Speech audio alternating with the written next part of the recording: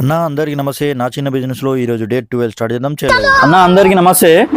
ఇవాళ మన Sunday special offer అయితే వచ్చేసింది అన్న. ఇవాళ అయితే గట్టిగానే ఎక్స్పెక్ట్ చేసిన, ఎందుకంటే లాస్ట్ బుధవారం కొంతమందికి అందలే కదా, అందుకని చెప్పేసి కొంచెం గట్టిగానే ఎక్స్పెక్ట్ చేసిన.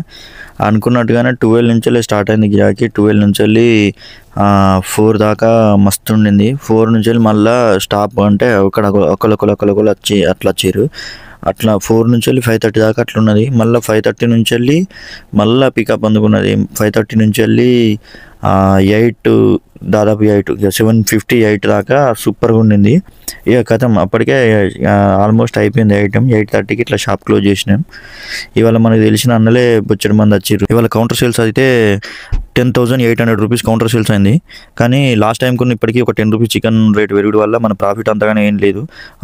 ఇన్వెస్ట్మెంటే 9,400 రూపీస్ పోయింది.